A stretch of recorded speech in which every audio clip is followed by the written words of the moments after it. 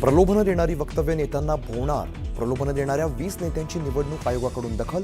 निवडणूक आयोगातील सूत्रांची माहिती.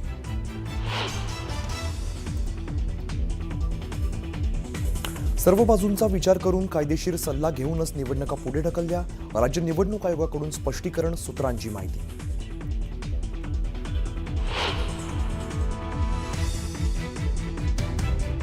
या निवडणुका रद्द करणं हे अत्यंत चुकीचं आहे. निवडणुका पुढे ढकलण्याचा निर्णय चुकीचा. आयोगाच्या निर्णयावर फडणवीसांची नाराजी. निवडणुका स्थगित न करता सुरू ठेवाव्यात. भाजप प्रदेशाध्यक्ष रवींद्र चव्हाणांचं निवडणूक आयोगाला पत्र.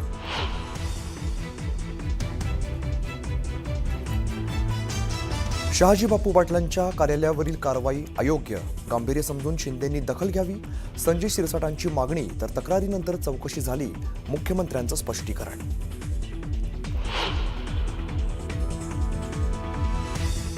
आता हो काय दाढी काय पोलीस जात मध्ये आता. शहाजी बापू पाटलांच्या कार्यालयावरती पडलेल्या निवडणूक आयोगाच्या भरारी पथकाच्या छाप्यांवरून उद्धव ठाकरेंचा खोचक टोला.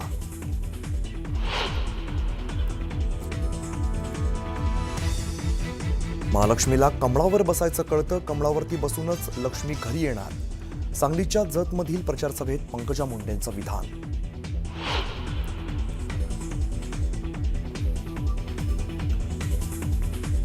मतदानाच्या आदल्या रात्री हिंगोलीत पोलिसांनी पकडली 1 कोटीची रोकड.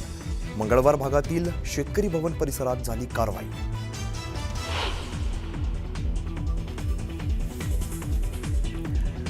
नगरपरिषद निवडणूक प्रचाराच्या शेवटच्या दिवशी चंद्रपूरच्या मूल शहरातील गौतमी पाटीलचा रोड शो. काँग्रेस उमेदवार एकता समर्थ आणि नगरसेवक पदाच्या उमेदवारांसाठी गौतमी मैदानात.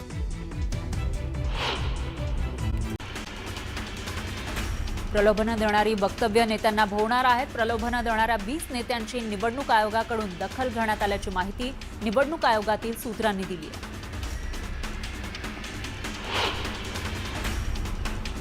सर्व बाजूंचा विचार करून कायदेशीर सल्ला घेऊनच निवडणुका पुढे ढकलण्यात आल्या. राज्य निवडणूक आयोगानं स्पष्टीकरण दिल्याची माहिती सूत्रांनी दिली. निवडणूक आयोगानं कायद्याचा चुकीचा अर्थ लावला. काही निवडणुका रद्द करणं चुकीचं आहे. उद्या निवडणुका आणि आज पुढे ढकलल्या जातात हे योग्य नाही, असं मोठं विधान मुख्यमंत्री फडणवीसांनी केलं. माझ्या अभ्यासानुसार निवडणुका पुढे ढकलता येत नाहीत, पण निवडणूक आयोग कुठला कायदा काढतोय माहीत नाही, असं म्हणत देवेंद्र फडणवीस यांनी आपलं मत व्यक्त केलं. काही ठिकाणच्या निवडणुका अचानक स्थगित करण्याची निवडणूक आयोगाची भूमिका अयोग्य आहे, असं रवींद्र चव्हाण म्हणाले.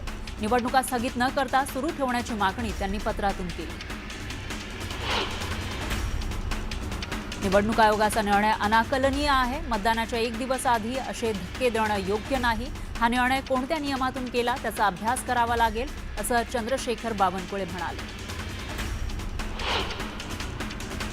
महालक्ष्मीला कमळावर बसायचं कळतं. कमळावर बसूनच लक्ष्मी घरी येणार, असं वक्तव्य पंकजा मुंडेंनी केलं. सांगलीच्या जतमधील प्रचार सभेत मतदारांशी संवाद साधताना त्यांनी हे वक्तव्य केलं. नगर परिषद निवडणूक प्रचाराच्या शेवटच्या दिवशी चंद्रपूरच्या मूल शहरात गौतमी पाटीलच्या रोड शोचं आयोजन करण्यात आलं. काँग्रेस उमेदवार एकता समर्थ आणि नगरसेवक पदाच्या उमेदवारांसाठी गौतमीनं प्रचार केला. नाशिकच्या त्र्यंबकेश्वरमध्ये एकनाथ शिंदेंच्या प्रचार सभेचं आयोजन करण्यात आलं होतं.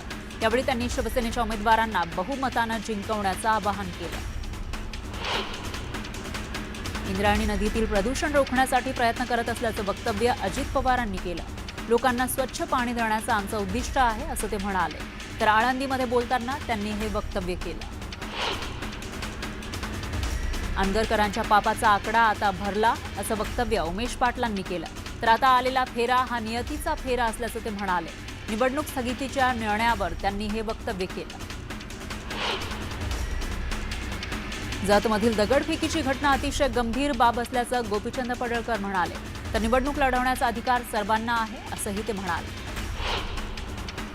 भंडारा नगर परिषदेच्या हद्दीतील 2 प्रभागांमधील निवडणूक प्रक्रिया स्थगित झाली आहे. जिल्हाधिकाऱ्यांनी आदेश काढत ही माहिती दिली. प्रभाग क्रमांक 12 अ आणि 15 अ साठी 20 डिसेंबरला मतदान होणार आहे. नगरपालिका निवडणुकीसाठी उमेदवारांकडून शेवटच्या दिवशी जोरदार प्रचार करण्यात आला. भरत गोगावले यांनीही जोरदार प्रचार केला. महाड शहरात डोअर टू डोअर प्रचार केला. राहुल गांधींनी कितीही डोकं फोडलं तरी निवडणूक आयोग काहीही करणार नाही, असं पृथ्वीराज चव्हाण म्हणाले. कराडमध्ये बोलताना त्यांनी निवडणूक आयोगावर सडकून टीका केली. जालन्याच्या परतूरमध्ये रुपाली चाकणकर यांच्या कॉर्नर सभेचं आयोजन करण्यात आलं होतं. यावेळी त्यांनी राष्ट्रवादीच्या सर्व उमेदवारांना निवडून देण्याचं आवाहन केलं.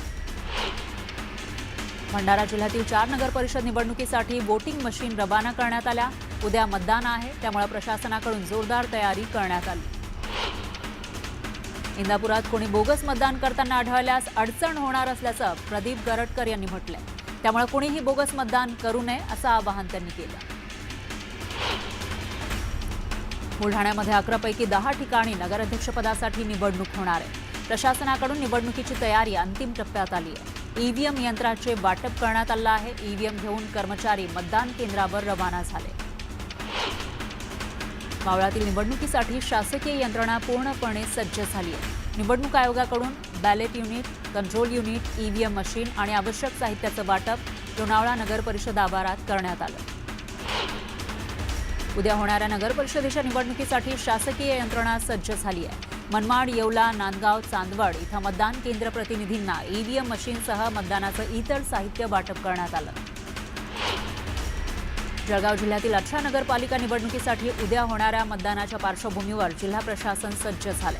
मतदान प्रक्रियेचे सुरळीत संचालन व्हावे, कोणतीही अडचण निर्माण होऊ नये यासाठी शिक्षकांसह विविध विभागातील प्रशासकीय कर्मचाऱ्यांना मतदानासाठी आवश्यक असणाऱ्या साहित्याचं वाटप करण्यात आलं. सांगलीमधील जत नगर परिषदेच्या नगराध्यक्षपदाचे राष्ट्रवादीचे उमेदवार सुरेश शिंदे यांच्या घरावर आणि गाडीवर अज्ञातांकडून आज पहाटेच्या सुमारास दगडफेक करण्यात आली. या हल्ल्यामध्ये शिंदेंच्या घराचं आणि गाडीचं मोठं नुकसान झालंय. भाजप आमदार गोपीचंद पडळकर यांच्या कार्यकर्त्यांनी दगडफेक केल्याचा आरोप माजी आमदार बिलाल जगताप यांनी केला.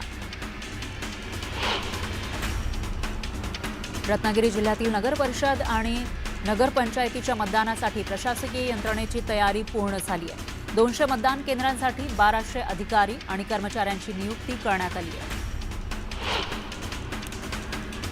पालघर जिल्ह्यातील 3 नगरपरिषदा तर वाडा या नगरपंचायत निवडणुकीसाठी उद्या मतदान होणार आहे.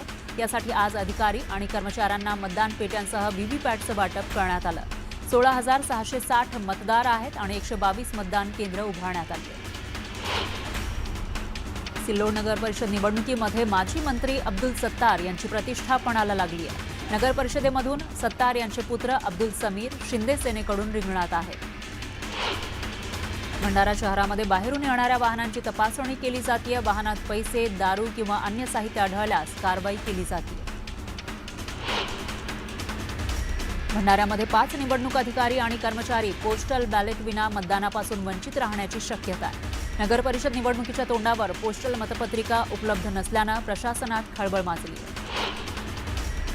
नशिराबाद नगर परिषद निवडणुकीच्या पार्श्वभूमीवर भाजप सेना युती विरुद्ध राष्ट्रवादी काँग्रेस असा थेट सामना आहे. प्रचाराला काही तास शिल्लक असतानाच राष्ट्रवादी काँग्रेस पक्षाचे उमेदवार प्रभागातील प्रत्येक घरी पोहोचले होते. घरोघरी जाऊन मतदारांशी संवाद साधत होते. सांगलीच्या शिराळा नगरपंचायतीमधील प्रभाग 4 मधील नगरसेवक पदाची निवडणूक लांबणीवर पडली आहे. त्यामुळे निवडणूक आयोगाच्या आदेशानुसार 2 डिसेंबरला प्रभाग 4 मध्ये फक्त नगराध्यक्ष पदासाठीच मतदान होईल. तळेगाव नगर परिषदेच्या मतदानासाठी वापरण्यात येणारी ईव्हीएम मशीन आज 71 मतदान केंद्रांकडे रवाना होतीये. पोलीस बंदोबस्तात होत असलेल्या या वाहतुकीवर सतत नजर ठेवली जात होती.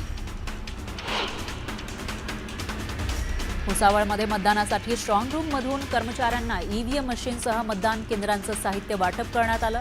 न्यायालयामध्ये अपील दाखल असल्यामुळे 6 मतदान केंद्रांवरील मतदान प्रक्रिया पुढे ढकलण्यात आली. त्यामुळे 6 मतदान केंद्रांवर उद्या मतदान होणार नाही.